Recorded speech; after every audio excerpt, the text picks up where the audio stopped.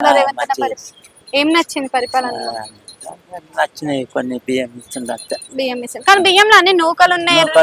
సన్న దొడ్డు బియ్యం ఇస్తుంది అట్లా సన్నయ్య దొడ్డు ఇస్తుంది. ఆ, అసలు ఈ ఫ్రీ బస్ పెట్టడం మంచిగానే ఉందా తీసేయాలంటారా? మంచిది లేడీస్ కి మంచిది. లేడీస్ కి మంచిది కానీ ఫ్రీ బస్ పెట్టిన కాడ నుంచి పప్పు ఉప్పు నూనె ఇట్లా మీద రేట్లు మస్తుగా పెరిగినాయి అంటారు, మీరేమంటారు?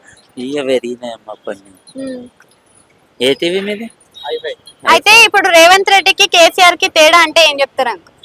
ఈ కేసీఆర్ పరిపాలన అలాగుంది, రేవంత్ రెడ్డి పరిపాలన అంటే అలా. మీకు ఆయన పరిపాలన నచ్చిందా ఈయన పరిపాలన నచ్చిందా? రెండు ఈక్వల్ ఉన్నాయి. ఈక్వల్.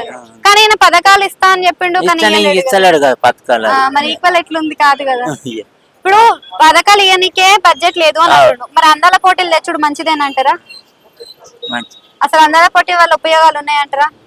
ఏం లేవు. ఇప్పుడు సర్వేలు చేసిరు కదా అంకుల్, ఇందిరమ్మ ఇండ్లు ఇస్తామని చెప్పి, సర్వే అయినా మంచిగా చేసిండ్రు అంటారా? ఏమో నాకు అంత ఐడియా లేదు మేడం, పని చేస్తున్నా ప్రైవేట్ జాబ్ లో చేస్తున్నా. ఓకే, ఫ్రీ కరెంట్ గానీ 500 రూపాయల గ్యాస్. ఫ్రీ కరెంట్ అంటే ఉన్నోళ్ళకి ఉంటది, మనకు రెంట్ ఉన్నోళ్ళకి ఇయ్యరు అట్లా. విన్నారా? అర్థం. ఓకే, సో మీకు రేషన్ కార్డు ఉందా? ఉన్నది.